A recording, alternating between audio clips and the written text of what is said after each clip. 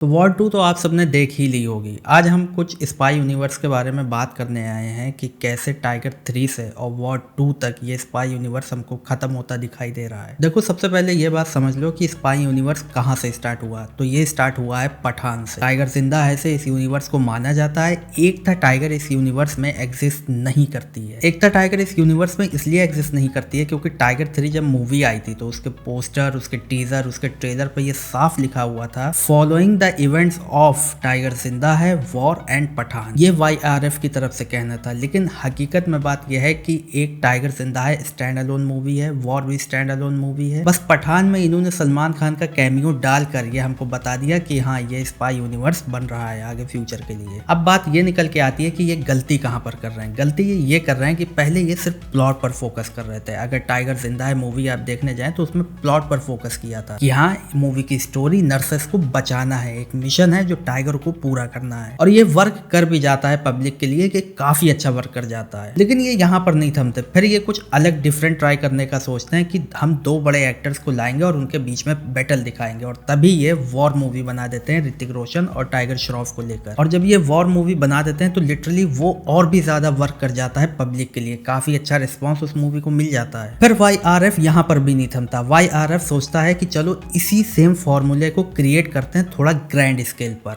और तभी ये जॉन अब्राहम और शाहरुख खान को लेकर पठान मूवी बना देते हैं। और वॉर से ज्यादा ये फॉर्मूला काम कर जाता है पठान में। पठान एकदम सिक्सर मारती है बाउंड्री पार। अब वाईआरएफ ने देखा कि वॉर में ये फॉर्मूला काम कर गया, पठान में भी ये फॉर्मूला काम कर गया।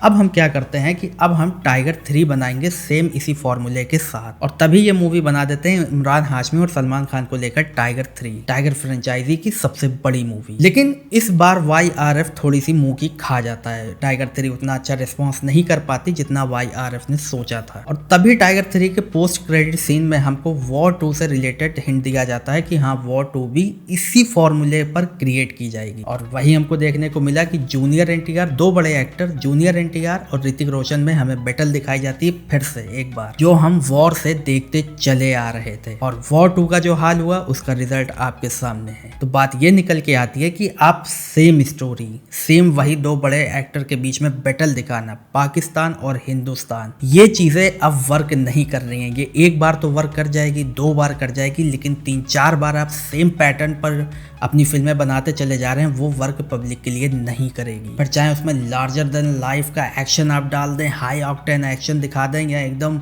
वर्ल्ड बिल्डिंग उनकी दिखा दें, या फिर वीएफएक्स ग्रैंड स्केल पर दिखा दें, वो वर्क नहीं करेगी लिटरली पब्लिक के लिए। आखिरकार एक ही स्टोरी, एक ही प्लॉट, एक ही दो बड़े एक्टर के बीच की बैटल कब तक पब्लिक देखने जाएगी थिएटर में इसको। और आप सेम वही फॉर्मूला क्रिएट करने जा रहे हैं अब अल्फा में, जो आपकी नेक्स्ट स्पाई यूनिवर्स की मूवी होने वाली है। अल्फा में भी शर्वरी और आलिया भट्ट के बीच ये बैटल ही हमको दिखाएंगे, और बॉबी देओल उनको जो है शर्वरी के गाइडर होंगे, जिनको लास्ट में पाकिस्तानी एजेंट का नाम देकर मार दिया जाएगा। और दूसरी सबसे बड़ी इस स्पाई यूनिवर्स में जो कमी निकल के आती वो ये है कि एक मूवी दूसरी स्पाई मूवी से कनेक्टेड है ही नहीं कहीं पर से। वो भी आप उठा के देख लीजिए, टाइगर जिंदा है, वॉर, पठान, टाइगर 3, या फिर अभी जो लेटेस्ट आई वॉर 2, कोई मूवी एक दूसरे से कनेक्टेड कहीं पर से नहीं है। मूवी में सिर्फ डायलॉग बोल देने से, टाइगर और कबीर के बारे में या जिम के बारे में कह देने से, या किसी का कैमियो डाल देने से मूवीज आपस में कनेक्ट नहीं हो सकती हैं। दो डायलॉग बोल दिए तो हम मूवी का कनेक्शन दूसरी मूवी से मान लें, नहीं, ऐसा नहीं होता। अगर आप एवेंजर्स देखने जाएं